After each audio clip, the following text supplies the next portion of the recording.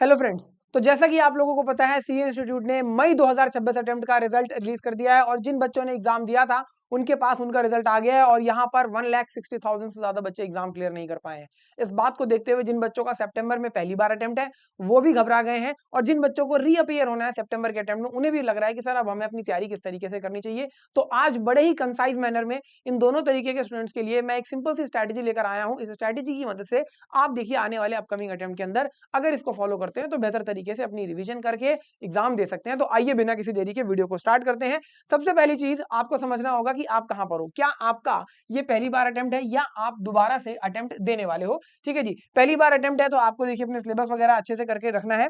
ठीक है जी, इसके बाद टेस्ट वगैरह देने हैं और सारी चीजों को हम करेंगे डिटेल में भी। अगर आपने सर पहली बार अटेम्प्ट नहीं दिया है, ये आपका सब्सिक्वेंट अटेम्प्ट है, आप एक बार दो बार तीन बार दे चुके हैं, तो आपको अपनी मार्कशीट को समझना होगा। आपकी मार्कशीट को हम यहाँ पर 3 कैटेगरी में डिवाइड करेंगे, उसके हिसाब से आपको अपना स्टडी प्लान रखना होगा।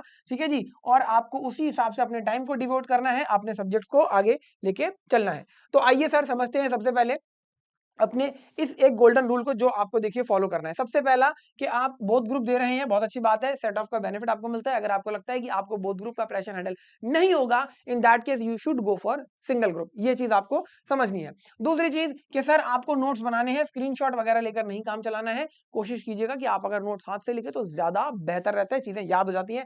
इसके बाद अगली चीज, बच्चे थ्योरी को इग्नोर करते हैं कॉस्टिंग के पेपर के अंदर, फाइनेंशियल मैनेजमेंट के पेपर के अंदर। ये आपके देखिए प्योर न्यूमेरिकल पेपर है, लेकिन यहाँ पर भी थ्योरी आपकी 20 नंबर तक की आती है और ये बहुत सपोर्टिंग आपके लिए रहती है यहाँ एग्जाम के अंदर। इसके बाद हर चैप्टर का हमें टेस्ट देने की क्या जरूरत है सर? बाद में दे देंगे, एंड में नहीं सर। टॉपिक वाइज टेस्ट देने से किसी टॉपिक के अंदर क्या अंडरस्टैंडिंग है, कहाँ दिक्कत आ रही है, ये वहीं पता लग जाता है और फिर आप उसे बेहतर कर सकते हैं। और इस बार के अटेम्प्ट से ये चीज बहुत अच्छे से क्लियर हो जाती है। जिस तरीके से टैक्स का पेपर ग्रुप 2 के अंदर एफएमएसएम का पेपर आपका आया, बच्चों को बहुत परेशान किया। इसके बाद आपको अपनी एक करेक्शन कॉपी जरूर मेंटेन करनी है जिसके अंदर आपको अपनी गलतियों को लिखना है, सो दैट आप वो गलतियां दोबारा से ना करें। तो इन 5 बातों को आपको खास ध्यान रखना है। अब सर हम बात करने वाले हैं किस तरीके से आपको देखिए प्रिपरेशन करनी है। तो सबसे पहली चीज कंसेप्चुअल अंडरस्टैंडिंग की है। आपने वीडियो क्लासेस वगैरह देख के कॉन्सेप्ट्स अपने कर लिए होंगे। अगर थोड़े बहुत टॉपिक बाकी है तो उनको फटाफट से जल्दी पूरा करके कंप्लीट करिए।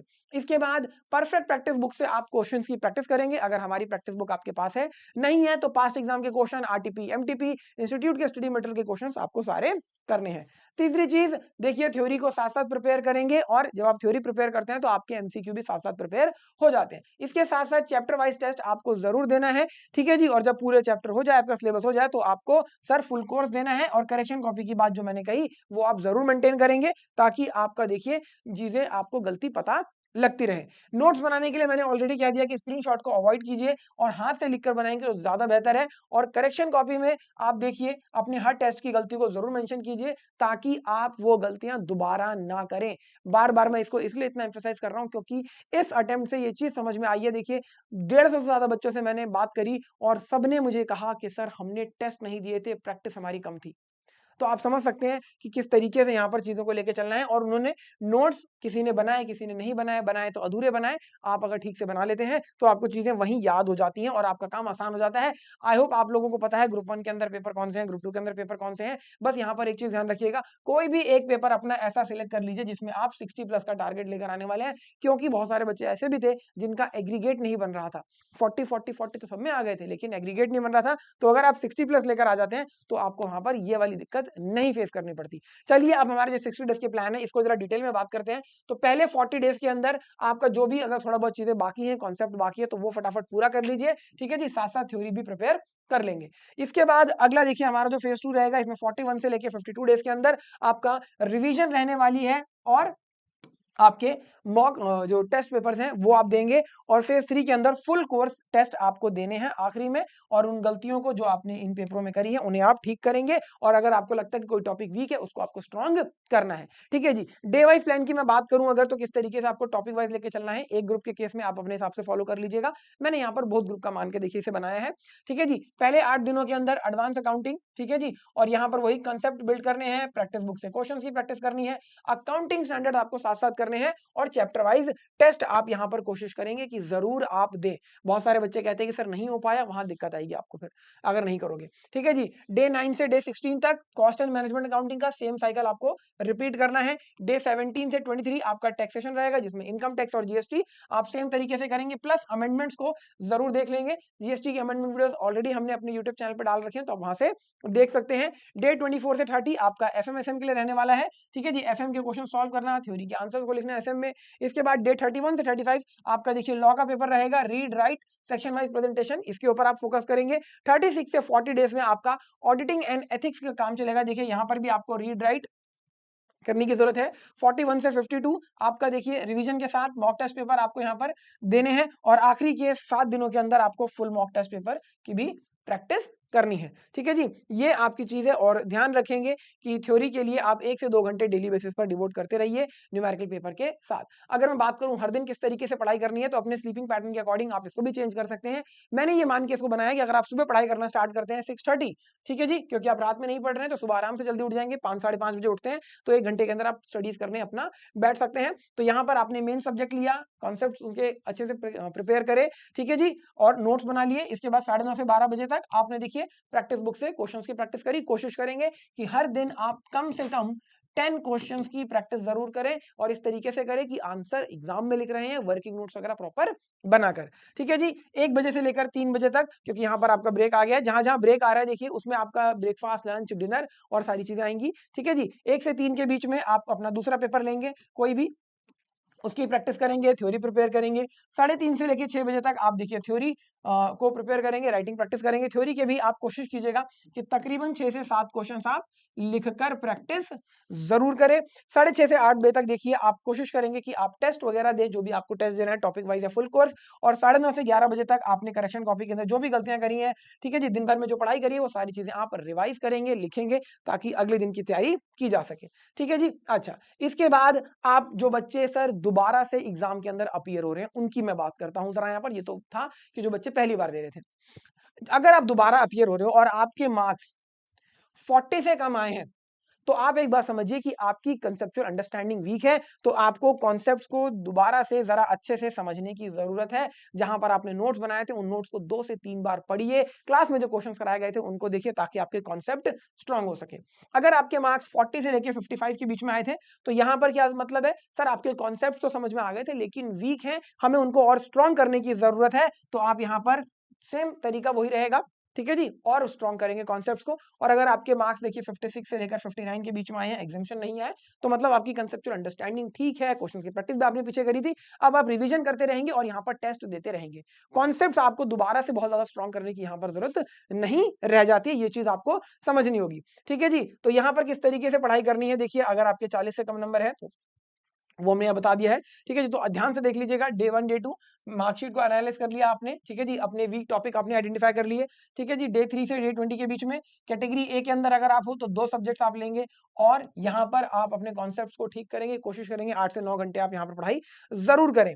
ठीक है जी, डे 21 से 34 कैटेगरी बी वाले स्टूडेंट्स के लिए देखिए 2 सब्जेक्ट्स आपको लेने हैं, 7 दिनों के अंदर वीक चैप्टर्स को प्रिपेयर करना है और उनके टेस्ट देने हैं। 35 से 42 डेज के अंदर आपको देखिए कैटेगरी सी के अंदर 2 सब्जेक्ट प्लस 4 दिनों की लाइट रिवीजन के साथ मॉक टेस्ट पेपर देने हैं। डे 43 से 50 रिवीजन 2 आपकी रहेगी। ठीक है जी, डे 51 से 60 आपका रिवीजन, आपके full course mock test paper, और आपकी करेक्शन कॉपी के अंदर आप मिस्टेक्स को ठीक करेंगे। तो अपनी मार्कशीट को आप इसी अकॉर्डिंगली देखिए, देखेंगे कि किस तरीके से आपके मार्क्स हैं और आप उस तरीके से प्रिपेयर करेंगे। जैसे 40 से कम नंबर है तो 9 से 11 दिन मेरे को किस तरीके से पढ़ाई करनी है, 40 से 55 दिन है, 55 मार्क्स आए थे आपके, तो आपको किस तरीके से करना है, सारी बातें मैंने आपको बता दी है। अब इसके साथ साथ कुछ सब्जेक्ट वाइज मैं आपको चीजें बता दूं, जैसे कि आपका एडवांस अकाउंट्स का पेपर है तो अकाउंटिंग स्टैंडर्ड्स के ऊपर आपको खास फोकस करना है, वर्किंग नोट्स को अच्छे से प्रिपेयर करना है। लॉ की बात करें तो सेक्शन वाइज देखिए कोशिश करेंगे कि आंसर को लिखने की, सेक्शन याद नहीं होते हैं तो एक्ट की रेफरेंस तो आप जरूर दीजिएगा। बात करें अगर टैक्सेशन की, लेटेस्ट अमेंडमेंट्स को जरूर कीजिएगा और प्रैक्टिकल क्वेश्चन प्रैक्टिस करने हैं। कॉस्ट एंड मैनेजमेंट अकाउंटिंग के अंदर थ्योरी को इग्नोर नहीं करना है, 20 नंबर तक की आती है।